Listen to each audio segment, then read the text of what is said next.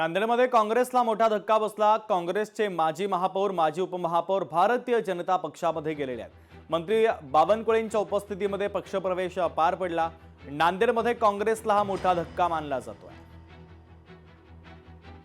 माजी प्रांत अध्यक्ष भाजपाचे श्री चंद्रशेखर बावनकुळे आज नांदेड मार्गे वसमतला त्यांची सभा आहे।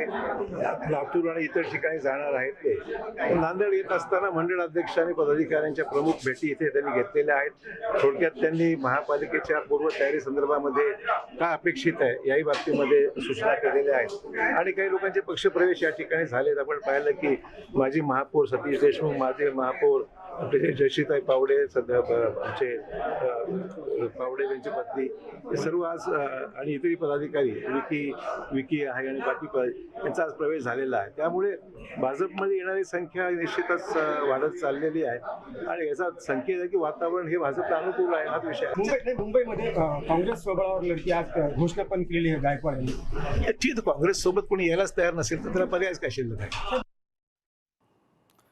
धाराशिवमध्ये शेतकऱ्यांच्या वतीने हलगे आंदोलन करण्यात आलं। महावितरणाच्या कार्यालयाच्या समोर आंदोलन करण्यात आलं। वीज पुरवठा सुरळीत होत नसल्याने शेतकऱ्यांनी आता आक्रमक भूमिका घेतलेली आहे। अनोख्या पद्धतीचं आंदोलन शेतकऱ्यांनी केलं।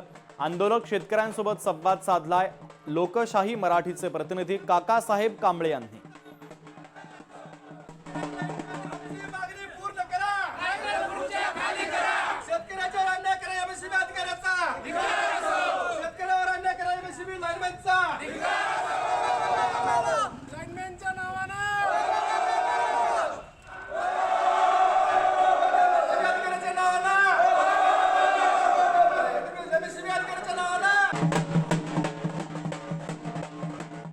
भारतीय जनता पक्ष आणि आरपीआयच्या बैठकीची इनसाइड स्टोरी आता समोर आली। आरपीआय कडून बैठकीमध्ये 8 ते 10 जागांची मागणी करण्यात आली।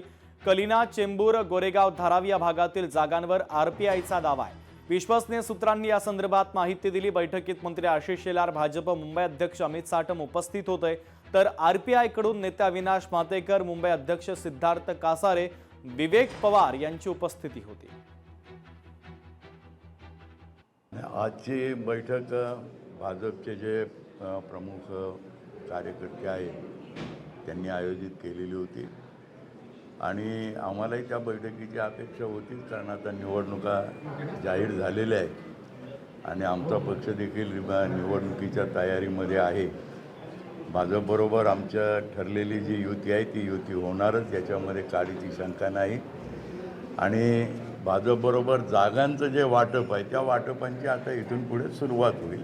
आम्ही काही ठराविक जागा ज्या आमच्या असतात त्या ठराविक जागा आम्ही त्यांच्याकडे मागणार आहोत आणि त्यांच्याबरोबर आम्ही ही निवडणूक लढवणार आहोत। ते आमचं की आता आमच्याकडे कमीत कमी नाही म्हटलं तरी 20-25 का तरी प्रमुख जागा आहेत की ज्या जागा आम्हाला हव्या असतात। लोकशाही मराठी ऐका, पहा, जागरूक रहा।